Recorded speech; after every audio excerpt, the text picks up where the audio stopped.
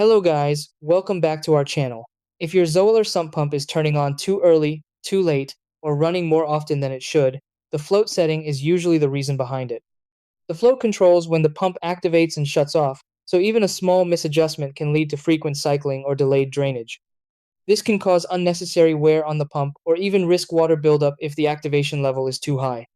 Many homeowners overlook this adjustment, but getting the float level right can make your sump pump operate much more efficiently and reliably.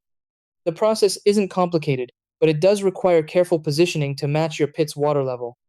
In this video, I'll walk you through exactly how to set the proper activation level by adjusting the float on your Zoeller sump pump, and try these. Step 1. Disconnect power to the sump pump before making any adjustments. Step 2. Locate the float switch attached to the pump body or rod. Step 3. Adjust the float position to raise or lower the activation level.